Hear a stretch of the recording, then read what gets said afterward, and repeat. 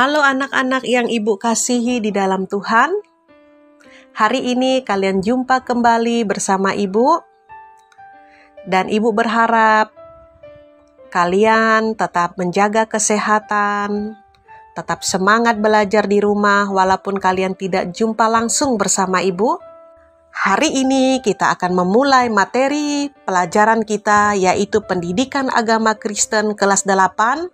Sebelum kita memulai materi kita lebih jauh, Ibu berharap kalian bisa menyiapkan hati kalian, menyiapkan diri kalian. Kita bersama-sama berdoa sehingga materi yang Ibu sampaikan dan ketika kalian mendengar, ketika kalian menerima, kalian bisa dapat menerimanya dengan baik, dengan penuh sukacita. Dan Ibu yakin dan percaya Tuhan pasti akan menolong dan memberkati kalian semua. Marilah kita berdoa. Hari ini kita akan memulai pelajaran 3, yaitu memilih untuk tidak berputus asa. Nah, Ibu mengajak kepada kalian semua, kalian bisa dapat membuka Alkitab kalian masing-masing di rumah yang terambil di dalam Injil Matius pasal 6 ayat 25 hingga ayat yang ke-33. Dan Roma pasal 5 ayat 3 hingga ayat yang ke-4. Nah, Injil atau Alkitab inilah atau ayat-ayat Alkitab ini yang menjadi pedoman kita untuk kita belajar pendidikan agama Kristen. Kita akan memasuki materi kita pada hari ini. Setiap orang Kristen harus tahu betapa penting peran Alkitab dalam kehidupan kita, terkhusus dalam mengalahkan setiap pencobaan. Tuhan memberikan kemenangan atas pencobaan bagi orang-orang yang takut dan hormat kepadanya. Berpikirlah bahwa di dalam Tuhan pasti ada jalan keluar dan tidak harus memiliki daya juang yang tinggi. Ketika kita menghadapi pencobaan, kita harus berserah kepada Tuhan. Nah, kalian bisa dapat melihat di dalam Filipi pasal 4 ayat yang ke-13. Berdasarkan Kamus Besar Bahasa Indonesia, berputus asa dianggap sama artinya dengan putus harapan, yaitu keadaan di mana seseorang tidak memiliki pengharapan. Poin yang berikut, kita juga bisa dapat melihat di dalam Matius pasal 6 ayat 25 hingga ayat yang ke-34. Memberikan sebuah pengajaran yang indah tentang bagaimana menghadapi hidup yang disampaikan oleh Tuhan Yesus. Dalam pelajarannya, setidaknya ada 3 pesan yang diberikan Tuhan kepada kita. Yang pertama, kita tidak perlu khawatir untuk makan, minum, dan pakaian. Sebagai hal yang penting dalam hidup kita, mengapa kita tidak perlu khawatir? Ini adalah tanda tanya besar di dalam kehidupan kita sebagai orang percaya. Mengapa kita tidak perlu khawatir?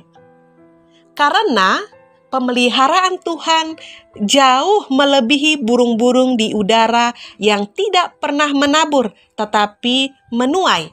Demikian juga dengan bunga bakung sangat indah didandani oleh Tuhan. Itulah sebabnya kita tidak perlu khawatir. Dan Tuhan akan menyediakan segala sesuatu yang kita butuhkan. Poin yang kedua adalah, yang tidak kalah penting adalah menjalani hidup ini dengan mencari kerajaan Allah dan kebenarannya. Maksudnya ialah ketika kita mengutamakan untuk mengenal Allah dan karya-karyanya, maka kita akan terpesona terhadap Allah yang sungguh mengasihi kita. Poin yang ketiga, pernyataan Yesus. Janganlah khawatir akan hari esok, karena hari esok mempunyai kesusahannya sendiri. Nah, kita bisa dapat melihat, kalian bisa dapat membuka Alkitab kalian di rumah, yang terambil di dalam Injil Matius pasal yang ke-6 ayat yang ke-34 bagian A.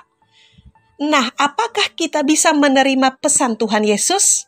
Yang ketiga ini menjadi sebuah tanda tanya besar di dalam kehidupan kita sebagai orang percaya. Apakah kita bisa menerima pesan Tuhan Yesus yang ketiga ini? Pada faktanya banyak orang yang hidup dalam kekhawatiran sehingga tidak heran kalau banyak orang yang menghabiskan waktunya untuk mengumpulkan uang sebanyak-banyaknya untuk masa depan, namun kesehatan mereka diabaikan. Misalnya, ada yang mengalami sakit jantung, diabetes, dan lain-lain. Semua kerja keras yang kita dapatkan tidak ada gunanya jika kita tidak sehat. Oleh sebab itu, milikilah daya hidup sehat dengan mengkonsumsi makanan-makanan yang bergizi dan mengutamakan janganlah khawatir karena Tuhan Yesus menjamin setiap kehidupan kita orang percaya. Nah, kadangkala anak-anak yang Ibu kasihi di dalam Tuhan, kadangkala kita sebagai manusiawi, kadangkala kekhawatiran itu melebihi sehingga kekhawatiran itu akhirnya merusak diri kita dan pada akhirnya kita jauh dari Tuhan dan pada akhirnya kita meninggalkan Tuhan dan pada akhirnya kita sudah mulai berpikir bahwa Tuhan tidak adil, bahwa Tuhan tidak mengasihi kita. Padahal Tuhan sangat mengasihi kita dan terlebih bagaimana cara pandang kita untuk menyelesaikan setiap persoalan-persoalan yang terjadi di dalam kehidupan kita. Jikalau kita mengandalkan Tuhan dan berserah kepada Tuhan, Ibu yakin dan percaya kita menjadi orang-orang yang diberkati oleh Tuhan. Nah, poin yang berikut adalah memang Tuhan menjamin apa yang kita butuhkan. Tetapi ada beberapa ketentuan yang perlu kita penuhi. Yang pertama, hal yang kita butuhkan memang merupakan sesuatu yang kita perlukan untuk membuat kita semakin bertumbuh dan mengenal Dia. Yang kedua, Allah pasti memberikan apa yang memang kita butuhkan untuk mengabaikan kita dari orang lain dan ada di lingkungan kita. Nah, kadang-kadang Tuhan mengizinkan orang-orang yang tidak seiring atau yang tidak seirama dengan kita. Nah, semuanya itu Tuhan izinkan supaya menjaga bagaimana kesabaran kita, bagaimana ketekunan kita, bagaimana hubungan kita dengan sesama. Kalau hubungan kita dengan sesama baik, begitu juga hubungan kita dengan Tuhan lebih baik. Nah, poin yang ketiga, kita harus gigih meminta apa yang kita butuhkan sampai mendapatkannya. Hal ini juga disarankan oleh Tuhan Yesus dalam Matius pasal 7 ayat 7 hingga ayat yang ke-8. Mintalah maka akan diberikan kepadamu. Sesungguhnya kata-kata Tuhan Yesus ini sangat menguatkan kita, bukan? Nah, artinya di dalam kehidupan kita, jikalau kita meminta sungguh-sungguh kepada Tuhan, berpasrah dan bersandar kepada Tuhan, Ibu yakin dan percaya Tuhan akan memberikan lebih apa yang kita inginkan. Misalnya satu contoh, ketika kalian kesulitan dalam belajar, ketika kalian sulit dalam menghadapi segala sesuatu, Ibu berharap kalian harus datang dan meminta kepada Tuhan. Dan ketika kalian meminta dengan sungguh-sungguh kepada Tuhan, Tuhan juga akan memberikan yang terbaik untuk kalian.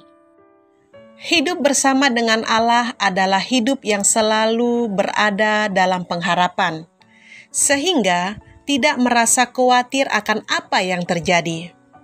Di bawah ini adalah sikap dan cara hidup orang yang berpengharapan. Yang pertama, selalu berpikir dan bertindak dengan dasar pasti ada jalan keluar. Kedua, tekun dan berdaya, juang tinggi.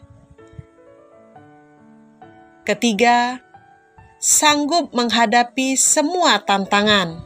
Yang keempat, berserah kepada kehendak Tuhan, sebab kita akan dimampukan menghadapi segala perkara.